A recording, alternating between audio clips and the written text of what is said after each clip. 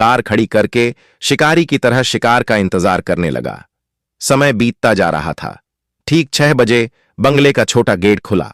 वहां से सुधा बाहर निकली। आज भी उसके हाथ में वही बड़ा सा भारी थैला था और आज तो उसके कंधे पर एक और कपड़े की पोटली लटकी हुई थी। वह झुककर चल रही थी, जिससे पता चल रहा था कि सामान कितना भारी है। आर्यन ने अपनी गाड़ी स्टार्ट की और बहुत धीमी रफ्तार में बिना शोर किए उसका पीछा करने लगा। सुधा ने कोई ऑटो या रिक्शा नहीं लिया। वह पैदल ही चलती जा रही थी।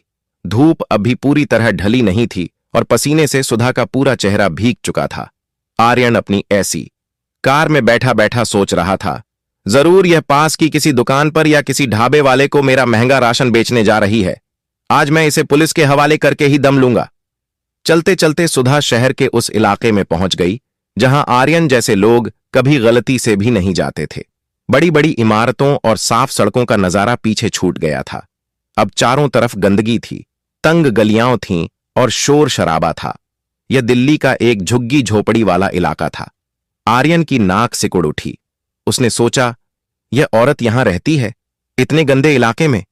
तभी सुधा एक बड़े से नाले के ऊपर बने पुराने पुल के नीचे की ओर मुड़ गई। वह जगह बहुत सुनसान लग रही थी। आर्यन ने अपनी गाड़ी थोड़ी दूर रोकी और दबे पांव छिपते छिपाते सुधा के पीछे गया। आर्यन एक खंभे के पीछे छिप गया जहां से उसे सब कुछ साफ दिखाई दे रहा था। उसने जो सोचा था वह नजारा बिल्कुल अलग था।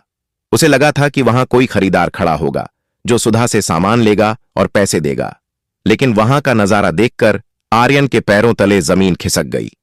पुल के नीचे टूटी फूटी टाट पट्टियों पर 10-12 छोटे छोटे बच्चे बैठे थे और वे बेहद कमजोर लग रहे थे। उनके साथ कुछ बहुत ही बूढ़े और बीमार बुजुर्ग भी लेटे हुए थे।